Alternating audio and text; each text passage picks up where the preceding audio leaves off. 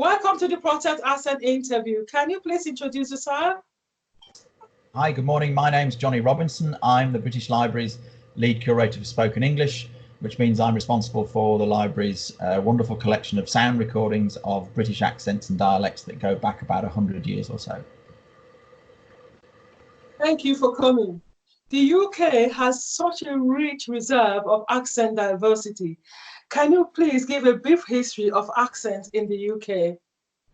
Of course, yes. So the English language that we now speak evolved over 1,000 years from languages that arrived in the mouths of settlers from Northern Europe about 1,000 years ago. So when those Germanic settlers arrived in the British Isles, they came speaking a variety of languages and dialects themselves. They came from what is now modern day northern Germany and parts of Scandinavia, such as Denmark.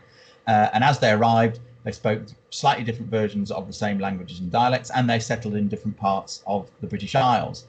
And that's reflected in many cases in the different accents that still survive today. So over the course of 1,000 years, those accents were preserved and continued, and particularly until maybe the last 50, 60 years, speakers in the British Isles only really came into contact with people in their local area. So that meant that those languages and dialects and accents were reinforced and preserved over centuries, and gradually changed in different ways in different locations, meaning that we have that wonderful diversity that you hear today.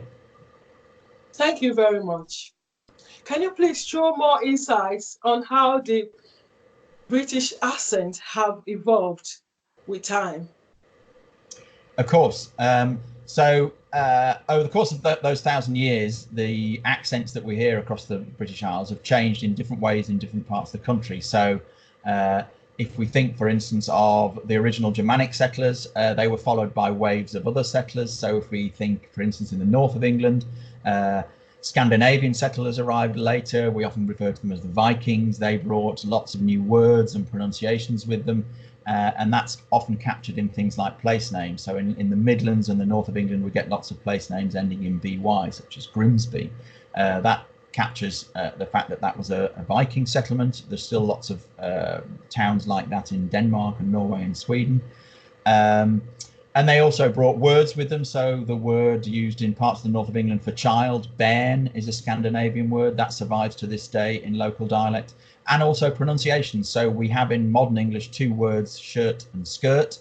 They originally meant the same thing. Shirt is the Germanic pronunciation, skirt is the Scandinavian pronunciation, the sk sound.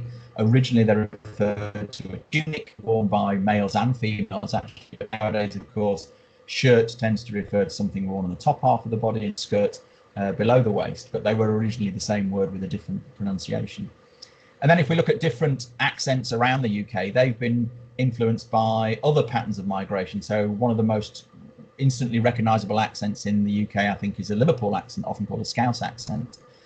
And that emerged in the 19th century as a result of large waves of migration from Ireland and from North Wales, particularly, bringing new pronunciations and patterns. And that meant that the local accent diverged very, very quickly from the local Lancashire accent, to the point where now Liverpool accent is very, very different from the kind of surrounding areas of Lancashire around it.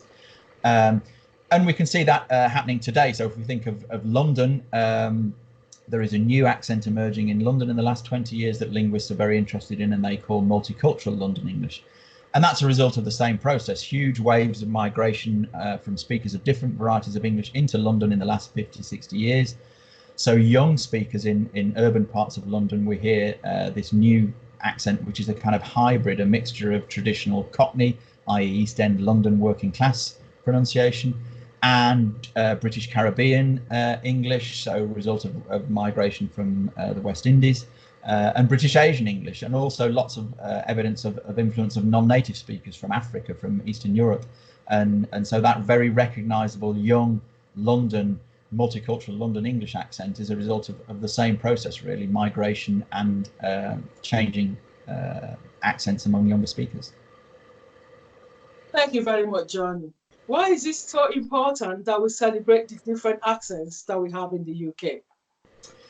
Well, I think obviously working where I do, I'm responsible for our collections of accents and dialects that go back across time. So, and we make these available for a variety of researchers. And I think what's interesting is, I think there's a definite sense in recent times that this diversity is something to be celebrated rather than something to be corrected. Um, and I think the reason it's important to celebrate it is because the way we speak is a huge part of our own individual and shared identities. It reflects who we are individually, as a family, as a community.